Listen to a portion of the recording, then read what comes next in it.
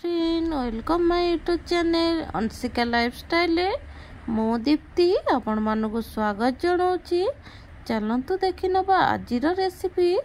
आजिर recipe अच्छी सांग माने बासी भात पखाल भात रे टमाटो राइस।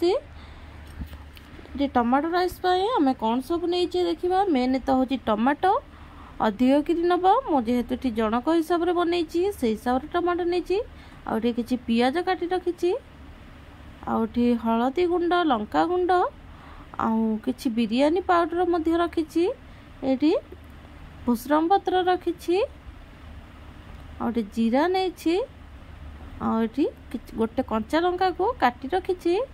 चलतु प्रस्तुति प्रणाली देखि नबा।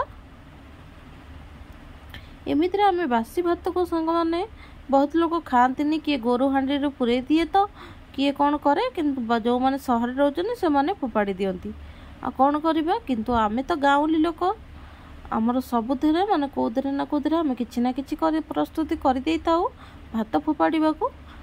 मु तो खास करी पसंद करेनी किंतु बाहर रही आ कौन करवा। भात होचनी माँ लक्ष्मी आमे जदि तांको एमती वेस्ट करवा दिने न दिने आमको दाना मिलबनी खाइबा। ये देखि पारथिबे प्रथमे तेल नहीं तेल पर भुसरम पत्र जीरा पकईकी तापर आमे ये पियाज पकई देछे। पियाज टिके हेई आसला परे आमे ये लंका गुंड मध्य देकी दे देछे। तापर आमे टमाटो कंचा लंका को एबे दे दबा। आमे ये टमाटो कंचा लंका दे सारा परे टमाटो को माने जमती पूरा सिझिकी पूरा प्लेन हो जीवो कषि नबा। आम जमती तरकारी रे कषि था मसला को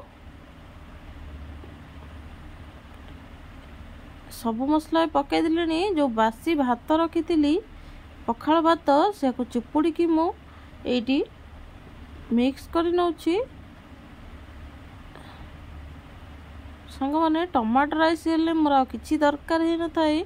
जो दिन मते किछि बनेबा को इच्छा न थाए जदि भात ए भली बळी जाई थाए मु ए भली टमाटो राइस करी खाई दिए। आ संगरे आ कोनोसी जिंस भी मते दरकार पड़ी न थाए। आ जदि भी आ संगरे किछि ऐड करूचंती ताले दही टिके नले आलू चकटा टिके पतला पतला करी खाइबे बढ़िया लागिबो। जदि मोर भिडियोटी आपण मानकु भल लगे थाए निश्चिंत मते लाइक करिवे कमेंट करिवे सांग मानक सहित शेयर करिवे।